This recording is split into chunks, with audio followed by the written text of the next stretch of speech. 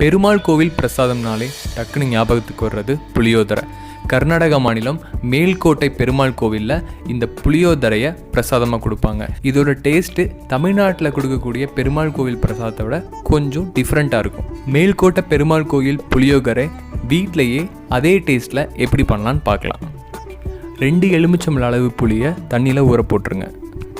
1 cup மல்லி, 1/2 cup கடலைப்பருப்பு, 5 காஞ்ச வத்தல், 1 டேபிள் ஸ்பூன் உளுந்தம்பருப்பெல்லாம் போட்டு எண்ணெய் ஊற்றாமல் நல்லா வறுத்து எடுத்து தனியாக வச்சுருங்க. வறுத்த பொருளெல்லாம் மிக்சியில் போட்டு நல்லா அரைச்சி பவுடராக எடுத்து வச்சுருங்க.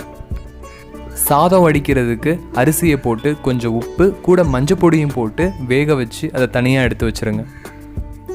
இப்போது சாதத்தில் ஒரு 2 டேபிள் ஸ்பூன் நல்லெண்ணெய் ஊற்றி அதை நல்லா கலந்து ஒரு 15 நிமிஷம் அதை ஊற வச்சுருங்க. இப்போ புளிக்காய்ச்சல் பண்ணுறதுக்கு 2 டேபிள் ஸ்பூன் நெய் ஊற்றி அதில் நிலக்கடலை பருப்பு, முந்திரி பருப்பு, கொஞ்சம் கருவேப்பிலை, அப்புறம் சீவி வச்சுருக்கிற தேங்காயும் போட்டு நல்லா வதக்குங்க. அப்புறம் கரைச்சி வச்சுருக்கிற புளிக்காய்ச்சல் ஊற்றி கொஞ்சம் உப்பு, கொஞ்சம் பெருங்காயம் போட்டு நல்லா கொதிக்க விடுங்க. புளிக்காய்ச்சல் நல்லா கொதித்து கெட்டியான பதத்தில் வரும்போது இனிப்புக்காக கொஞ்சம் வெல்லம் அதில் சேர்க்குறோம். இப்போது சாதத்தில் நம்ம தயார் பண்ணி வச்சுருக்கிற புளிக்காய்ச்சலை கொஞ்சம் ஊற்றி 1 டேபிள் ஸ்பூன் நம்ம அரைச்சி வச்ச பவுடரையும் அதில் சேர்த்து நல்லா கலந்து விடுங்க.